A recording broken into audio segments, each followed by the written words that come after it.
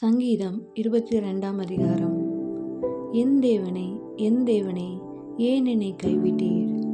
எனக்கு உதவி செய்யாமலும் நான் கதறி சொல்லும் வார்த்தைகளை கேளாமலும் ஏன் தூரமாயிருக்கிறீர்? என் தேவனே, நான் பகலிலே கூப்பிடுகிறேன், உத்தரவு கொடீர். இரவிலே கூப்பிடுகிறேன், எனக்கு அமைதலில்லை. இஸ்ரவேலின் துதிகளுக்குள் வாசமாயிருக்கிற தேவரீரே பரிசுத்தர். எங்கள் பிதாக்கள் உம்மிடத்தில் நம்பிக்கை வைத்தார்கள், நம்பின அவர்களை நீர் விடுவித்தீர். உம்மை நோக்கி கூப்பிட்டு தப்பினார்கள், உம்மை நம்பி வெட்கப்பட்டு போகாதிருந்தார்கள். நானோ ஒரு புழு, மனுஷன் அல்ல. மனுஷரால் நிந்திக்கப்பட்டும் ஜனங்களால் அவமதிக்கப்பட்டும் இருக்கிறேன். என்னை பார்க்கிறவர்கள் எல்லாரும் என்னை பரியாசம் பண்ணி உதட்டை பிதுக்கி தலையை துலுக்கி, கர்த்தர் மேல் நம்பிக்கையாயிருந்தானே, அவர் இவனை விடுவிக்கட்டும், இவன் மேல் பிரியமாயிருக்கிறாரே, இப்பொழுது இவனை மீட்டு விடட்டும் என்கிறார்கள்.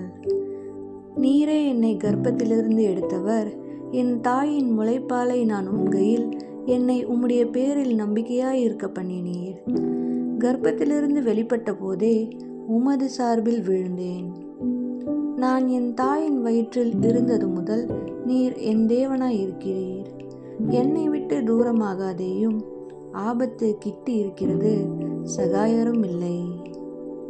அநேகம் காளைகள் என்னை சூழ்ந்திருக்கிறது, பாசான் தேசத்து பலத்த எருதுகள் என்னை வளைந்து கொண்டது. பீறி கெர்ச்சிக்கிற சிங்கத்தைப் போல் என்மேல் தங்கள் வாயை திறக்கிறார்கள். தண்ணீரைப் போல ஊற்றுண்டேன், என் எலும்புகளெல்லாம் கட்டுவிட்டது. என் இருதயம் மெழுகு போலாகி என் குடல்களின் நடுவே உருகிற்று. என் பலன் ஓட்டை போல் காய்ந்தது, என் நாவு மேல்வாயோடே ஒட்டி கொண்டது. என்னை மரணத்தூளிலே போடுகிறீர். நாய்கள் என்னை சூழ்ந்திருக்கிறது, பொல்லாதவர்களின் கூட்டம் என்னை வளைந்து கொண்டது. என் கைகளையும் என் கால்களையும் உருவ குத்தினார்கள். என் எலும்புகளையெல்லாம் நான் எண்ணலாம், அவர்கள் என்னை நோக்கி பார்த்து கொண்டிருக்கிறார்கள். என் வஸ்திரங்களை தங்களுக்குள்ளே பங்கிட்டு என் உடையின் பேரில் சீட்டு போடுகிறார்கள். ஆனாலும் கர்த்தாவே, நீர் எனக்கு தூரமாகாதேயும், என் பலனே, எனக்கு சகாயம் பண்ண தீவிரித்து கொள்ளும். என் ஆத்துமாவை பட்டயத்திற்கும் எனக்கு அருமையானதை நாய்களின் துஷ்டத்தனத்திற்கும் தப்புவியும். என்னை சிங்கத்தின் வாயிலிருந்து இரட்சியும். நான் காண்டாமிருகத்தின் கொம்புகளில் இருக்கும்போது எனக்கு செவி கொடுத்து அருளினீர். உம்முடைய நாமத்தை என் சகோதரருக்கு அறிவித்து சபை நடுவில் உம்மை துதிப்பேன். கர்த்தருக்கு பயப்படுகிறவர்களே, அவரை துதியுங்கள். யாக்கோபின் சந்ததியாரே, நீங்கள் எல்லாரும் அவரை கனம் பண்ணுங்கள். இஸ்ரவேலின் வம்சத்தாரே, நீங்கள் எல்லாரும் அவர் பேரில் பயபக்தியாயிருங்கள்.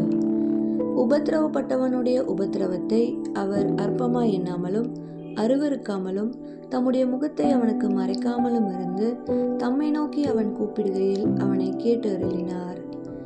மகா சபையிலே நான் உம்மை துதிப்பேன். அவருக்கு பயப்படுகிறவர்களுக்கு முன்பாக என் பொருத்தனைகளை செலுத்துவேன். சாந்த குணம் உள்ளவர்கள் புசித்து திருப்தி அடைவார்கள்.